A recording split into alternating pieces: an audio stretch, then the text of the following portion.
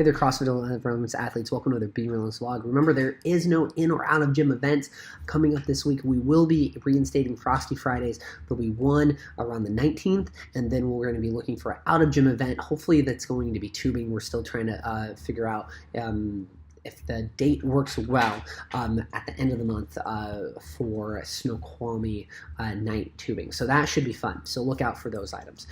With that, guys, as I said, piggybacking on what I said yesterday in the vlog, I think what helps me quite a bit in terms of goal setting is not just figuring out the goals that I want, but also taking and prioritizing and looking at my goals and then writing off on a subsection, what are things that prevent me from hitting these goals? What are roadblocks? What are things that slow me down? And then from there, writing those down is very helpful then for me to realize how much do I need to actually reorganize my schedule, reorganize my environment, right? What do I need to change to essentially eliminate those factors that kill the possibility of me getting the goal done or getting the goal done within a time frame that I don't lose motivation or steam in? So I challenge you guys to go ahead and write those goals down. And if you already haven't done this, some of you already do, go ahead and figure out what are those roadblocks and figure out how you're going to remove those roadblocks, guys. For some of you, those might be big enough to where you might find out that you actually just need to focus on removing these roadblocks, and those are your new 2018 Q1 goals, because if you can finally drill those down, then you can actually hit some of your goals that you wanted to hit right at the beginning. So guys, that's one of my little tips for today. Let's keep on moving on. Remember, we have the Lure on Living Challenge, which is kind of spurring this conversation of goals. We look forward to having as many of you guys on board and kind of jump starting the 2018 year as strong as possible. With that, guys, have fun with our new gymnastics flows. Yesterday, we would have had a shoulder eccentric one, which is all about the vertical plane kind of prepping. We should have gotten a lot of stability and strength. For the last ones now, going ahead and really focusing on the specific plane that really CrossFit uses most of the time for competition.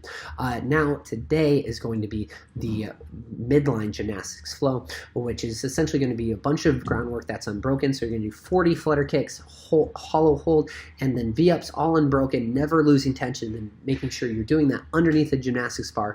From that, jump up and hit the max amount of unbroken toes to bar as possible, right? Now, if you are not able to do toes to bar, then you're going to be doing high knee raises, but you're going to make sure that you never actually pull back into the full arch, that you only ever pull down straight into a hollow and then bounce right back into it. So you're never losing tension, essentially. So you're replacing the intensity of getting your feet all the way up above your head with essentially never being out of tension in the anterior chain. So guys, have fun with that. Competitive athletes, right? You're going to hit unbroken Isabel again. Try to do it a little heavier. Focus still on cycling well and really grip management and being cerebral about it. And then we have a specific WOD for a training mask. If you don't have a training mask, then simply go ahead during the rest period with a training mask that's notated. Breathe in through your nose, out through your mouth. We're just trying to go ahead and teach you guys how to breathe through your diaphragm, your belly, rather than just your chest, right?